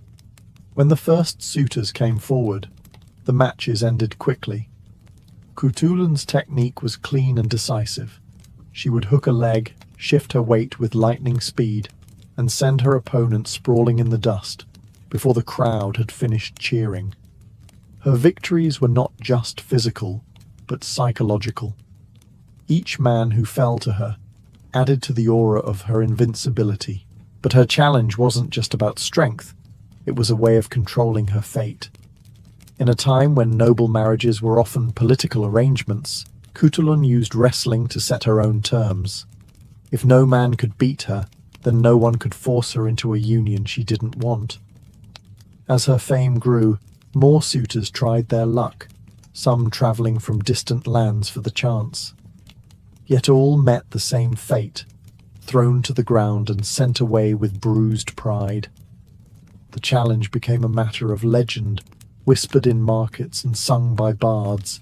To win Khutulun's hand, you must first throw her to the earth. No one ever did. For the crowds, it was entertainment. For Khutulun, it was a statement. She would be no passive prize in the games of men. On the dusty plains of the steppe, in the center of the wrestling circle, she was her own master, stronger, faster, and cleverer than anyone who dared face her. Khutulun's wrestling challenge soon became more than a test of strength. It became a high-stakes contest of wealth and pride. To deter casual challengers and add weight to her terms, she introduced a rule. Any man who wished to wrestle her for marriage had to wager 100 horses. If he lost, she kept them. If he won, he would gain both the horses and her hand. In the horse-rich culture of the Mongols, this was no trivial bet. Horses were the lifeblood of the steppe, transport, wealth, and status all in one. To wager 100 meant risking a significant portion of one's fortune. It also meant that the men who dared face her were not only confident in their strength, but willing to gamble a small empire of hooves. Khutulun did not disappoint her supporters. One after another, her suitors found themselves slammed to the ground, their shoulders pressed into the dust, the match over before they could recover. Each loss meant the transfer of a precious herd into Khutulun's possession. The white, bay, and chestnut horses multiplied under her care until she reportedly owned thousands. Marco Polo, who claimed to have heard of her exploits firsthand during his travels, estimated her herd at around 10,000. These victories elevated her legend beyond the wrestling circle. She was no longer just the warrior princess who rode into battle. She was the undefeated champion whose skill had built a fortune in living, breathing wealth. For some, she became a figure of admiration. For others, a source of frustration. Every man who failed to beat her lost more than horses. He lost face in front of the entire tribe. But the wager was never purely about greed. By demanding such a high stake, Khutulun ensured that only the most determined would dare to try, filtering out the half-hearted and the foolish. It was also a way to keep control of her marital fate. No father, no Khan, could force her to accept a match that hadn't been earned in the ring. By the time her herd reached its legendary size, Khutulun's challenge had become the stuff of song and story. Suitors still came, but they came knowing that the odds were against them, not because she was lucky, but because she was the best. While her wrestling victories brought her fame across the Mongol world, Khutulun's true power lay in the saddle, where the games of sport turned into the deadly contests of war. Her father, Kaidu, was constantly engaged in campaigns against rival Khans, and Khutulun was not content to watch from the sidelines. She rode in the thick of battle, her red-trimmed armor glinting in the sun, her bow and spear never idle. Contemporary reports, including those of Marco Polo, claimed she was unmatched in the art of seizing enemies alive from horseback. In the chaos of battle, she would single out a rider, close the distance at full gallop, and wrench him from his saddle in one powerful motion, dragging her captive back through the melee to her own lines. This feat required more than raw strength. It demanded precision, timing, and the fearless nerve to charge headlong into danger. Her presence in the army was more than symbolic. Kaidu often entrusted her with leading flanking attacks or securing vital positions on the battlefield. The men under her command respected her not simply because she was their Khan's daughter, but because she had proven herself again and again in combat. Warriors fought harder with Khutulun nearby, inspired by the sight of a commander who could best them in sport and match them in war. The fusion of her wrestling and military reputations created a unique image. Khutulun was not only a champion of the wrestling ring, but also a living weapon on the steppe. Her skill in both arenas reinforced her authority and autonomy in a way that few women, even among the Mongols, could achieve. Her enemies, however, did not share this admiration. In the courts of her rivals, Khutulun was painted as a dangerous figure, one whose defiance of marriage norms and prowess in battle upset the balance of political alliances. Every time she humiliated a suitor or defeated a Toktamish or Yuan-aligned force, she was making a statement. The daughter of Kaidu could not be tamed. For Khutulun, wrestling and war were two sides of the same coin. Whether in the circle of sand or the open plain, the rules were simple. Outmatch your opponent, control the fight, and never surrender the ground you've claimed. Khutulun's life was not only shaped by her own feats, but by her deep loyalty to her father, Kaidu Khan, ruler of the Chagatai Khanate. Kaidu was a shrewd and determined leader, a cousin and fierce rival of Kublai Khan, the powerful ruler of the Yuan dynasty in China. Their rivalry was more than personal. It was a clash over the future of the Mongol Empire itself. Kublai embraced the trappings of Chinese imperial rule, while Kaidu clung to the traditional nomadic ways of Genghis Khan. In this high-stakes power struggle, Khutulun was more than a daughter. She was Kaidu's most trusted lieutenant. She accompanied him on military campaigns against Kublai's forces and other Mongol factions that sought to challenge his rule. On the battlefield, she was often at his side, acting not only as a warrior, but as an advisor, her insight valued as much as her strength. Her political role extended beyond combat. In the Mongol system, alliances were often cemented through marriage, and Kaidu's rivals undoubtedly saw Khutulun as a potential bargaining chip. Yet her marriage challenge, defeat her in wrestling or win nothing, was as much a political shield as it was a personal choice. By keeping herself unmarried, she denied her father's enemies any leverage they might gain through her hand. This defiance did not go unnoticed. Chronicles suggest that Khutulun's influence in court was significant enough to draw envy and suspicion from other nobles. Some accused her of overstepping her role, others of holding undue sway over her father's decisions. But Kaidu never seemed to doubt her loyalty or capability. To him, Khutulun was an essential part of his campaign to preserve the independence and traditions of their branch of the Mongol Empire. Her closeness to her father also meant she shared in his political burdens. When Kaidu's wars dragged on, bringing strain to the Khanate's resources and alliances, Khutulun was there to negotiate truces, rally troops, and keep wavering allies in the fold. Her presence reminded everyone that Kaidu's leadership was backed by more than bloodline. It was defended by a warrior who embodied the spirit of the steppe. In those years, Khutulun's identity became inseparable from her father's cause. She was not only his protector and champion, but also his heir in spirit, the living proof that the old Mongol ways were still alive and undefeated. In 1301, Khutulun's world shifted forever. Her father, Kaidu Khan, the unyielding ruler who had fought for decades to keep the Mongol Empire's heartlands independent from Kublai Khan's influence, died after years of war and political maneuvering. His passing left a dangerous power vacuum in the Chagatai Khanate, and with it came the question, who would lead? Kaidu had reportedly considered Khutulun as a successor. She had been his most trusted military commander, his closest advisor, and the child who best understood his vision for preserving the traditions of Genghis Khan's nomadic empire. But Mongol politics, despite their pragmatic nature in many areas, were still dominated by male leadership. For Khutulun to ascend would require more than skill and loyalty. It would require overcoming entrenched rivalries and the ambitions of male relatives who saw themselves as rightful heirs. The succession crisis quickly turned bitter.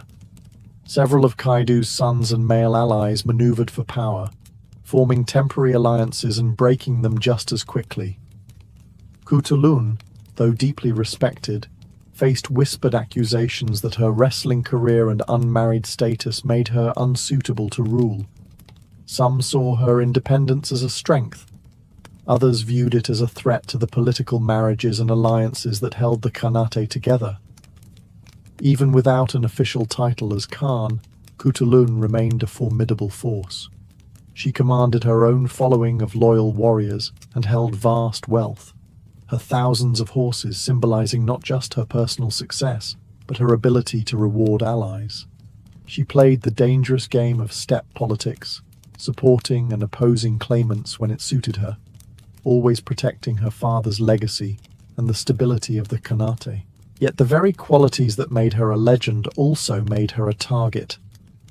Rivals spread rumors, some claiming she was too domineering, others alleging she had overstepped by holding authority equal to men. In this environment, trust was rare, and betrayal was a constant threat. Khutulun's dream of leading in her father's stead ultimately faded in the face of political realities. A male relative, Dua Khan, emerged as a dominant figure, consolidating power. Still, Khutulun retained her autonomy and her influence, continuing to shape the politics of the Khanate from behind the scenes, never relinquishing the independence that had defined her life. In the years after her father's death, Khutulun remained a figure impossible to ignore on the Mongol steppe. Though she never officially took the title of Khan, her wealth, military skill, and loyal following ensured she continued to wield real power. She rode in campaigns when necessary, settled disputes among her allies, and maintained a degree of independence rare for any Mongol noble, especially a woman. Her vast herds of horses were still a living symbol of her undefeated wrestling career, and they gave her both economic clout and the ability to support warriors in times of conflict. Even the Khans who now ruled the Chagatai Khanate tread carefully around her. She was no ordinary princess to be commanded, yet with influence came the weight of rumor. Some claimed she had finally married, possibly for political reasons, though no match was ever confirmed in the chronicles. Others whispered darker tales, fabricated by rivals, accusing her of taking lovers in secret or even plotting treachery against her kin. None of these stories were proven, but on the steppe, rumour could be as deadly as the sword.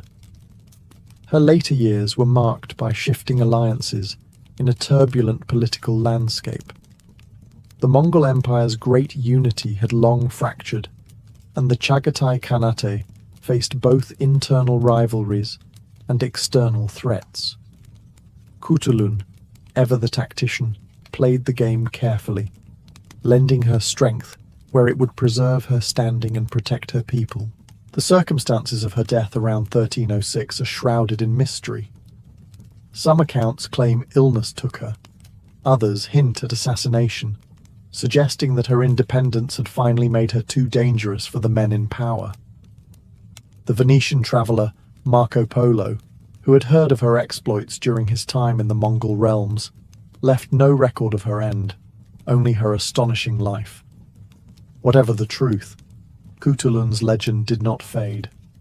She remained in the memory of her people as the undefeated wrestler, the fearless warrior, and the woman who could not be forced into submission, whether in marriage, in politics, or in combat. Centuries later, her story would inspire characters in art and literature, her spirit riding eternally under the eternal blue sky she had served all her life. Centuries after her death, Khutulun's name still rides on the winds of the steppe.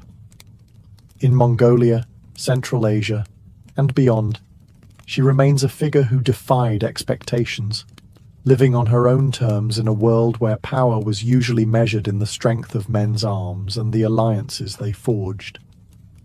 She proved that a woman could command both fear and respect, not by exception, but by mastery.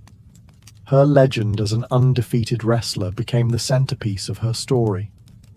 Not one man ever bested her in the circle, and her wager, 100 horses per loss, transformed her into one of the wealthiest and most feared figures of her time. This feat alone made her unique among the descendants of Genghis Khan, blending athletic dominance with political savvy. In the Mongol oral tradition, Khutulun is remembered alongside the greatest warriors of her era. She is celebrated for her loyalty to her father, her skill in battle, and her refusal to be used as a pawn in political marriage games. Folk songs and tales recast her as the ideal of the strong, independent Mongol woman, one who embodied both beauty and ferocity. Her story also travelled far beyond the steppe. Marco Polo's accounts carried her fame into Europe, where her image mingled with legend and myth. Over time, her life inspired works of fiction and even opera.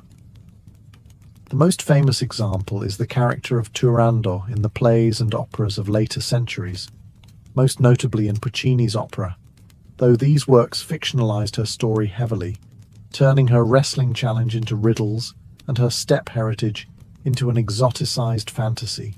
Modern historians have worked to separate the fact from the embellishment, yet even the most cautious accounts leave her as a remarkable figure. In an age when many women in power were confined to court politics, Khutulun led warriors into battle, dictated the terms of her own marriage prospects, and accumulated immense wealth, all while remaining fiercely loyal to her people's traditions. Today, Khutulun's story is taught as both history and inspiration. She stands as proof that the Mongol Empire, despite its male-dominated leadership, had space for extraordinary women to rise through strength, cunning, and courage. Her life was a declaration, carried across centuries. Strength knows no gender, and freedom is worth more than any crown.